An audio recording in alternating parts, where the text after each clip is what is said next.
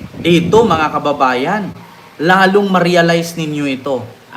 Marirealize ninyo mga kababayan, itong aking sunod na topic. Ano nga ba ito? Kay Kiko Pangilinan. Kiko Pangilinan. Mag-live ka pa mamaya gabi, Ket. Sabi ni Ma'am Ginger T. Hindi po siguro ma'am, baka bukas mag-live ako ng tanghali at saka umaga. Dalawang beses tayo mag-live.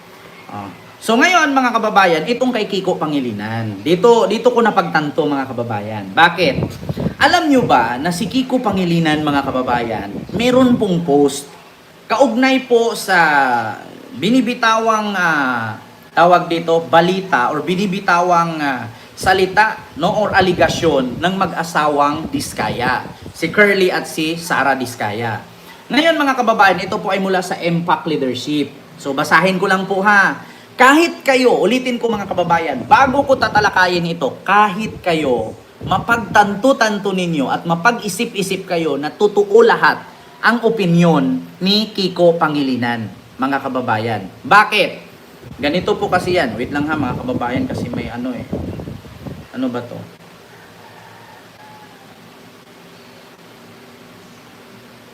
Ano to? Ito ha, mga kababayan. Meron kasing napansin si Kiko Pangilinan, mga kababayan, patungkol sa binibitawang salita.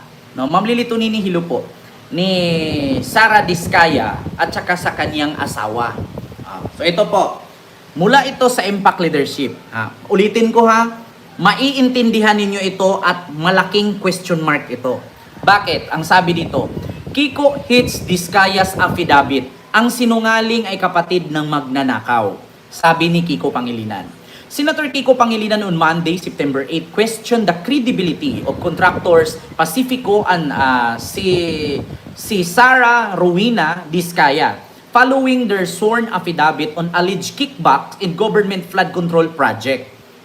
In a post of Twitter, Pangilinan noted that while the Diskaya had been involved in flood control projects since 2016, the named official only from 2022 onwards. Ayan na nga, mga kababayan. Ang sabi nga ni Sara Diskaya sa interview ni Bato, kailan siya nag-umpisang tumanggap ng malaking proyekto sa DPWH? Ang sabi niya, 2016 onward. Ngunit ang mga inilabas ni Sara Diskaya na mga opisyales na nagbibigay daw o inaabutan niya ng kickback ay 2022 onwards. So hindi ba kayo nagtataka, mga kababayan? He stressed that affidavit must reflect the whole truth and not serve as a cover-up. Hindi maaaring edited or photoshop ang inyong sworn affidavit. Hindi pwede ang cover-up. Dapat ay whole truth. Hindi pwedeng sa witness protection ang cover-up. Ang sinungaling ay kapatid ng magnanakaw. Yun ang sabi ni Kiko Pangilinan. Bakit mga kababayan? Kung nagtataka kayo, bakit halos lahat ng binibigkas ng asawa ni Diskaya na si Curly at ni Sara Diskaya, mga kababayan, ay puro 2022 officials? Di ba? Puro 2022 officials. Kaya ngayon mga kababayan, napag-isip-isip ko, hindi ba kaya ito scripted ito ni Boy Toki? Hindi ba kaya si Boy Toki at kaya si Batorni ang nasa likod na pangalanan? Kasi hindi nyo ba napansin mga kababayan, yung script ni Sara Duterte noon na, alam nyo ba, 2 tao lang ang may hawak ng budget ng ating bansa. Si Saldico at si Martin Romualdez.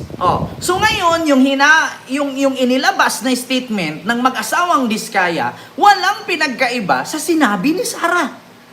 Hindi nyo napansin, 2016 onward siya, kumuha, di ba, ng proyekto.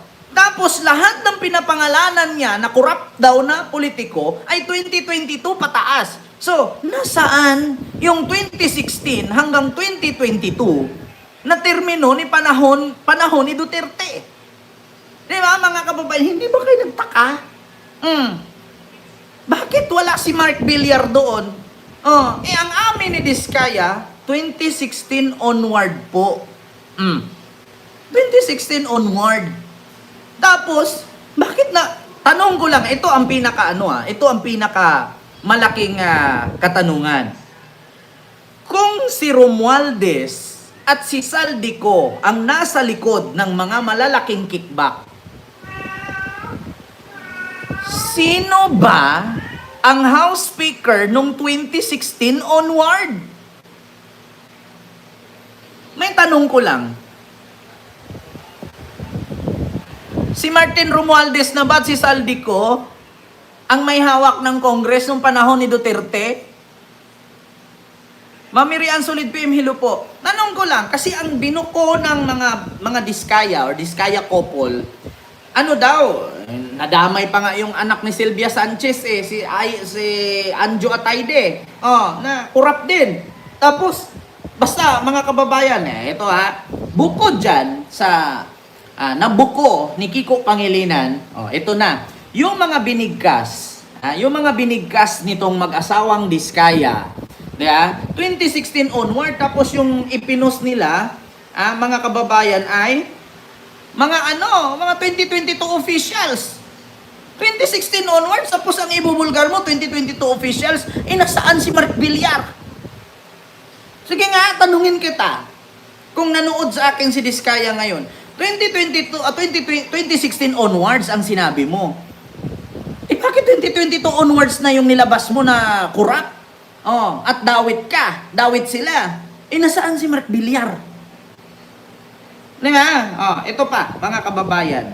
Bukod dyan, ito yung mga kababayan, na 20... Wait lang. Ito. Itinanggi. Ito nga.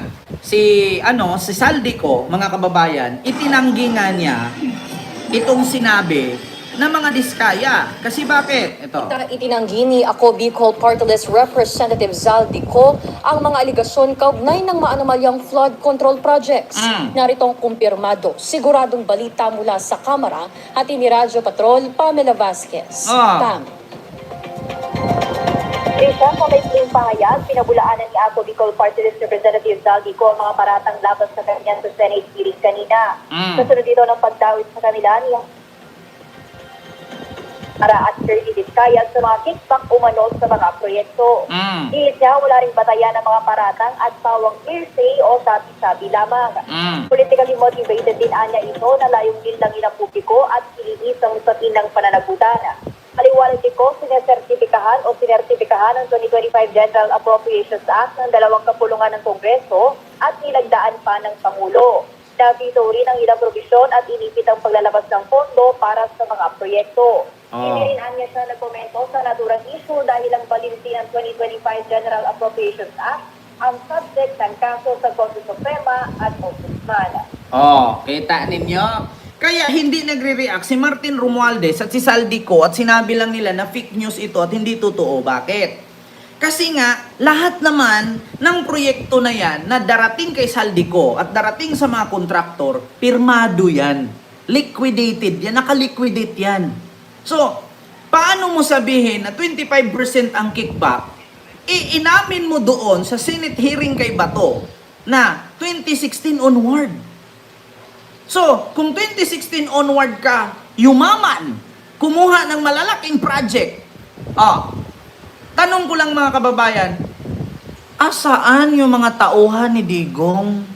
Asaan yung mga congressman sa panahon ni Digong? Nasaan yung mga DPWH sa panahon ni Digong? Bakit halos lahat ng DPWH sa pinapangalanan ninyo ay 2022 na, onwards? Asan yung DPWH sa panahon ni Mark Villar? Asaan yung mga DPWH officials sa panahon ni Mark Villar? Bakit ni isa doon, wala kang binigkas? Samantalang yung isa sa mga DPWH secretary na pumalit kay Mark Villar, kasama mo pa na nagpa-picture kay dalawa mag-asawa. Sino ba yung DPWH secretary pumalit kay Mark Villar? Halatang, ito mga kababayan, tama nga si Kiko Pangilinan. Kung 2016 onward ang sabi mo, dapat 2016 officials ang ibubulgar mo. Bakit yung 2022 onward na mga officials ang binulgar? Sabi ko sa inyo mga kababayan, tapos sabi pa ni Kiko Pangilinan, huwag mong dalhin, nahihingi ka ng witness protection program.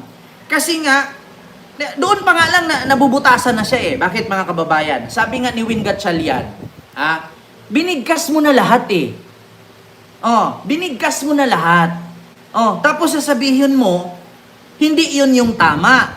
Pinangalanan mo na eh. Di ba? Nag-oath siya dyan. Nag-oath siya, tapos nanumpa siya, sa madaling salita, na lahat ng kanyang bibitawan, lahat ng kanyang sasabihin, ay pawang katotohanan lamang. Kaya pag ito'y kanyang bawiin, ay maaari siyang makakasuhan. So once na nag-oath ka dyan, ibulgar mo na lahat. Ngayon, nung hiningian ka ng ebidensya, hiningian ka ng pruweba, meron ka bang pruweba kung sinong pangalan ng pinapadala nilang driver, meron ka bang pangalan or picture man lang, o totoong pangalan kung sino man yung kanyang bagman. Walang may pakita. Pero kung ipakita daw yung mukha, matistify daw niya. Matitestify daw niya, mga kababayan. Sabi ni Curly Discaya. Kaya nga sa totoo lang mga kababayan, itong mga DDS, pumapalakpak.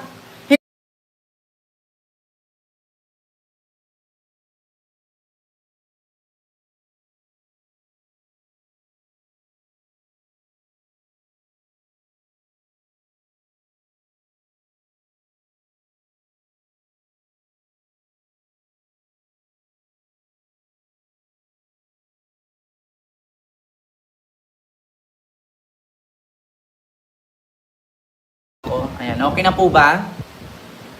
Okay na? Bumalik na po ba? Ayan. Okay na? Bumalik na. So ito na, mga kababayan.